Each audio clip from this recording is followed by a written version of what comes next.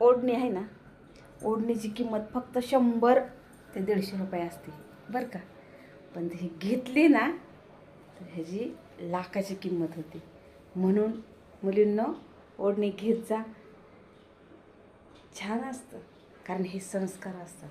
तुम्ही गाऊन घालता मान्य करते, ड्रेस घालता मान्य करते, पण तुम्ही ही ओढणी नक्कीच घालत जा. का तर ही आपली इज्जत असते आईबापाची. म्हणून सांगते, कारण जगाला बोलायचा मोका देऊ नका. आपण जगाला बोलायचा मोका देतो म्हणून जग बोलत असताना आपण काय म्हणतो, जग बोलतो. अरे जग तर चांगलं केलं बी बोलतो, वाईट केलं बोलतो, पण आपण जेवढं होईल तेवढं चुकायचं नाही.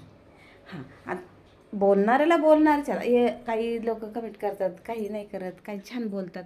सगळे सारखे थोडे असतात. 5 बोटंसुद्धा आपले बघा ही सारखे आहेत का? नाही ना. मग तसेच माणसं कशी असतील असा विचारही करू नका. म्हणून मी सांगते, ही ओढणीची किंमत फक्त 100 ते 150 रुपये. पण ती घेतल्याच्या नंतर लाखोची किंमत होती. आपली बी, आपल्या आईबापाची बी आणि बघणाऱ्याच्या दृष्टीवाल्यांची बी. म्हणून मी सांगते, व्हिडिओ नक्कीच बघत जा आणि कसा वाटला नक्कीच सांगा. चुकत असलं तरी सांगा आणि लाईक करा, शेअर करा. एवढंच बस. काही आपल्याला जास्त नाही म्हणणं, एवढंच म्हणायचं होतं.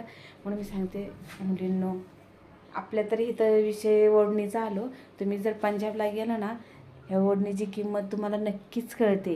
त्यांच्या मंदिरात दुपट्ट्याशिवाय आणि डोक्यावर काही असू द्या, जेंट्स असो लेडीज असो, त्यांच्या डोक्यावर काही नाही काही पाहिजेनच. पगडी वगैरे घालतात हे लोक बघा. त्यांना विचारा, सरदार आपण म्हणतो, पण आपल्या इथं फक्त महाराष्ट्रामध्ये असं आहे की ओढणीला म्हणजे मुलीच्या पदराला ह्याला जाच म्हणतात.